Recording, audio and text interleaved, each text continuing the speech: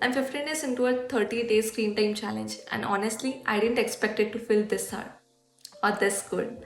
I'm doing a check in today. If you have ever told yourself you would scroll less, work smarter, or just feel more present, stay with me because what I have learned so far might actually surprise you. Quick recap for anyone new here. About 2 weeks ago, I set myself a challenge to cut my daily screen time, especially my doom scrolling.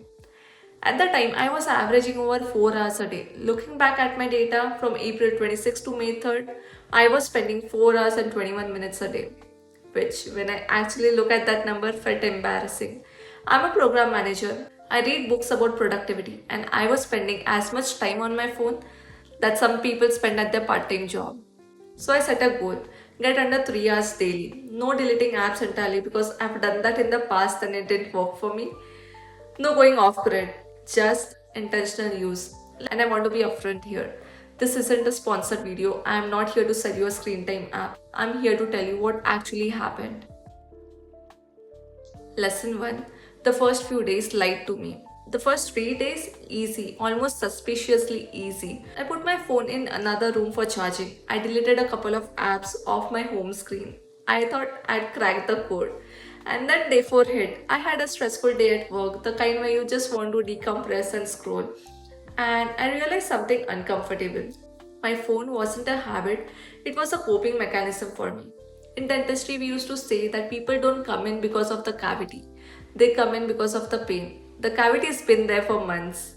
The screen time habit, same thing. It's not the real problem, it's covering something else. For me, that something else was boredom I didn't want to sit with, and honestly, anxiety that I didn't want to name. Lesson 2. The numbers don't tell the whole story. And here's where it gets interesting. By week 2, the data started to look incredible, but I still felt like something was off. This week, my overall average is down to 2 hours and 45 minutes. That's a 37% drop from where I started. I spent 5 hours and 18 minutes on WhatsApp this week, but that was all talking to my parents and my brother. That time is well spent. The big change was Instagram. I cut my Instagram use by almost 74%. I used to spend 6 hours and 39 minutes a week on it. Last week it dropped to 2 hours and 56 minutes. And this week I'm down to just 1 hour and 44 minutes. Because I'd gotten sneaky. I was just still mindlessly refreshing Instagram on my phone. Just with more intention though, because I knew I was tracking. And that awareness alone started to change how I reached for my phone. There's something that happens when you know you're being measured, even if it's you measuring yourself. You pause before you pick up your phone. You ask, is this intentional or just a habit? That 1 second gap is actually everything. This is something I think about in my work too.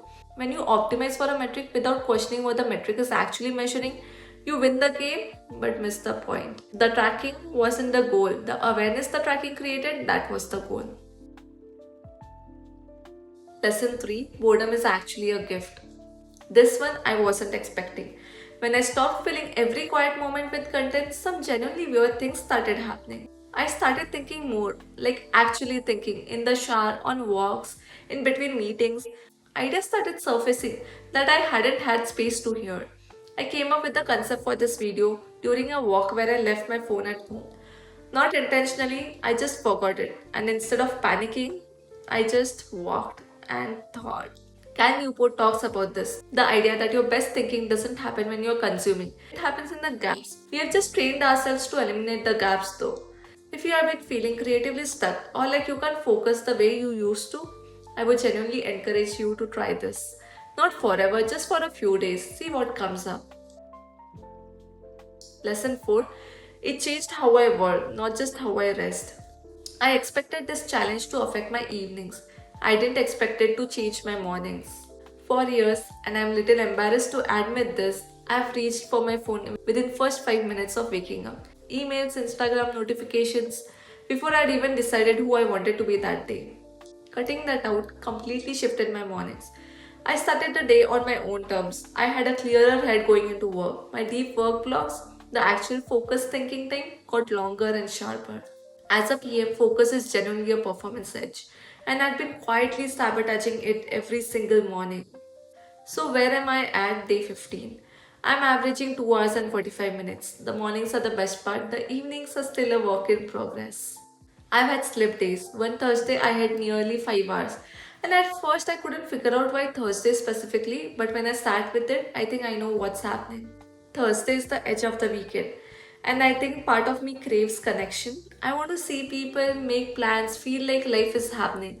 But instead of actually doing something about that, I would just sit on my couch and scroll, imagining a version of the weekend I wasn't even creating. That's a harder thing to fix than just putting my phone in another room, because the phone isn't the problem here, the avoidance is. And I could have beaten myself up about it, but I didn't, because the goal was never perfection. The goal was awareness. And that I have in a way I didn't 2 weeks back. I'll be back in 2 weeks with a full breakdown. What changed, what didn't, and whether this is something I'm keeping. If you want to try this yourself, I would say start smaller than I did. Don't try to cut everything at once. Pick one rule: no phone before 9 a.m. or no scrolling after 9 p.m. and hold it for a week. See what you notice. And if you're the kind of person who appreciates frameworks and real talk about generic advice, you'll probably enjoy the video I did a couple weeks ago on why you need to stop waiting for the right time. I'll link it at the end. Subscribe if you want to catch part 2 in 2 weeks. Drop a comment telling me your current daily screen time. No judgment, I promise. I started at over 4 hours. We are all in this together. See you Saturday.